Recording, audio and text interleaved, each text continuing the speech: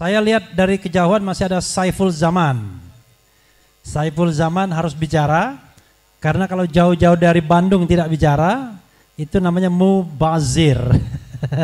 Banyak orang-orang yang mubazir datang ke sini tidak bicara.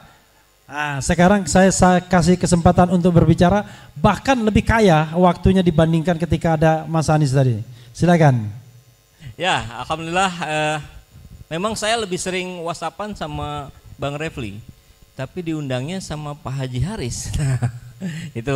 itu namanya takdir. Jadi sebetulnya hari ini saya ke sini mengantarkan penggerak perubahan, Bang. Penggerak perubahan dari Gen Z, pemilih pemula. Itu di belakang ada tuh namanya Suraya Zafira Zaman.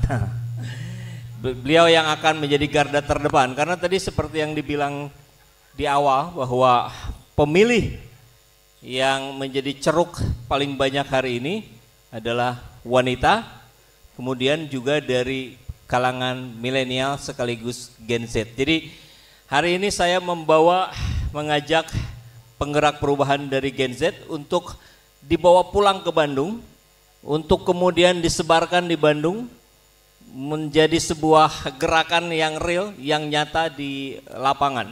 Dan informasi yang tadi saya sempat bertemu dengan Pak Anies di luar, bahwa yang perlu sekali kita lakukan hari ini adalah bagaimana, kalau bicara Pak Anies kan sudah selesai, ya.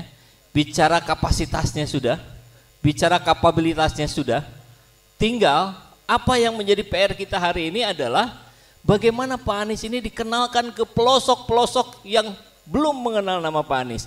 Ini sebuah fakta, ini sebuah fenomena nyata bahwa kita juga harus mengukur Pak Anies begitu sangat dikenal oleh para pemilih rasional.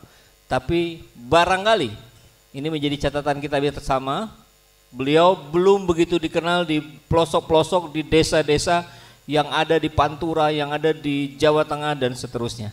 Maka kami mengusulkan dari komando menangkan Anies Baswedan, kita melakukan penetrasi bukan hanya di udara tapi juga di darat.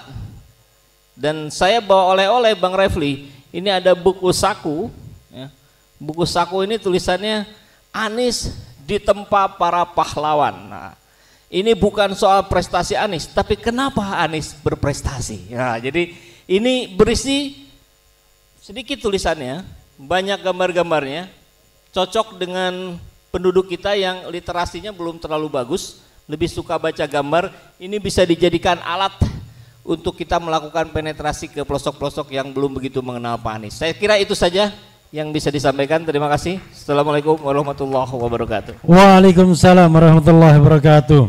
Tadi katanya ada milenial penggerak, milenial? Oh, milenial penggerak perubahan. Dari tadi kolonial semua yang bicara, kita ingin milenial yang bicara. Suraya Zafira Zaman kini, ya. Silakan. Oke, tepuk tangan buat milenial kita.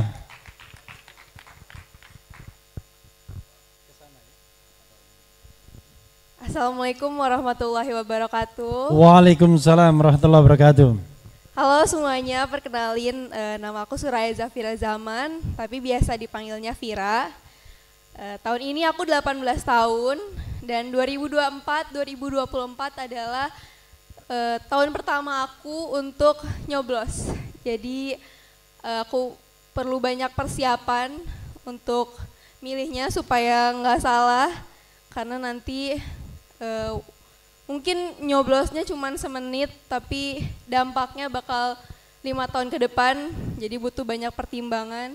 Dan di sini mendengarkan banyak nasihat dan ilmu baru dari bapak-bapak dan ibu-ibu tentang Pak Anies juga. Jadi terima kasih, hari ini sangat bermanfaat untuk aku. Gitu. Makasih Pak. Oke, ya luar biasa ya. Beliau ini bukan gen Y ya, gen Z ya. Ya, 18 tahun. Jadi itu 60% dari jumlah pemilih Mudah-mudahan orang seperti beliau banyak di Republik ini. 2024 Anies Presiden, 2024 Anies Presiden, pasti Anies Presiden, pasti Anies Presiden. Ini hari ini ada silaturahmi dialog.